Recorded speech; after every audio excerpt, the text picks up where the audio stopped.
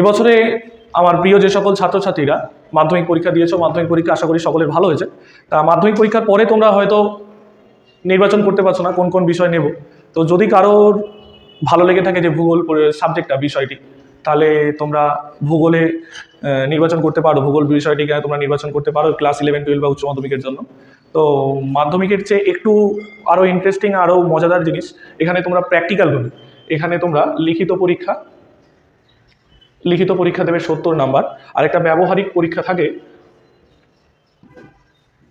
এটা থাকে 30 নাম্বারের, যেটা তোমাদের মাধ্যমিক স্তরে ছিল না। এই ব্যবহারিক বিষয়টা, এটা আমরা প্র্যাকটিক্যাল বলে থাকি। এটা অনেক কিছু জিনিস আমাদের শেখার আছে, যেটা ভূগোলকে বিজ্ঞান বিভাগের মধ্যে ফেলতে সাহায্য করে। তোমরা জানো গণিত, পদার্থবিদ্যা, রসায়নবিদ্যা, জীববিদ্যা, তাতেও এরকম ব্যবহারিক একটা অংশ, একটা পোর্শন থাকে।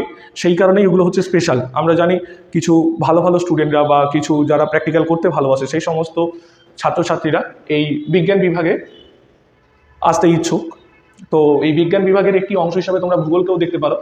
এটা যদি কোনো ছাত্রছাত্রী মনে করো যে আমার ভূগোল সাবজেক্টটাকে ভালো লাগে, বিষয়টাকে ভালো লাগে, তাহলে তোমরা এই ভূগোল বিষয়টি নিতে পারো।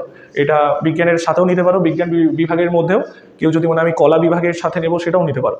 তো আমাদের এই ইকরা এডু সেন্টারে এই ভূগোল বিষয়ে আমাদের ক্লাস করানো হয়। যদি কোনো ছাত্রছাত্রী আগে মনে হয় যে আমি ডিসাইড করতে পারছি না, তো আগে আমাদের এখানে 1 মাস মতো তোমরা ক্লাস করো। এখন তো হাতে তোমাদের 2 মাস 2.5 মাস মতো সময় আছে রেজাল্ট বেরোতে।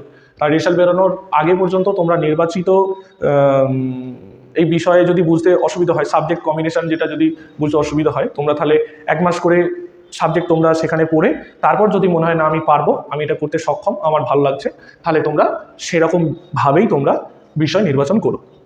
তো ভূগোল বিষয়ের জিনিসটা আমি বলি।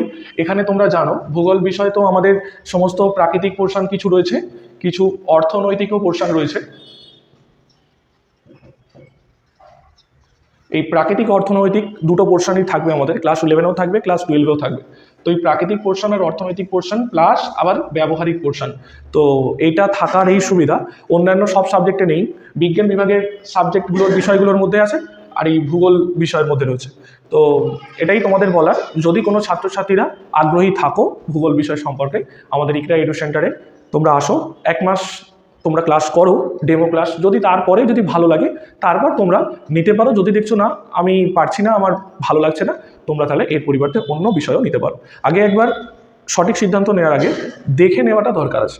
একবার তোমরা দেখে নাও, তারপরে তোমরা সেরকম নির্বাচন করবে।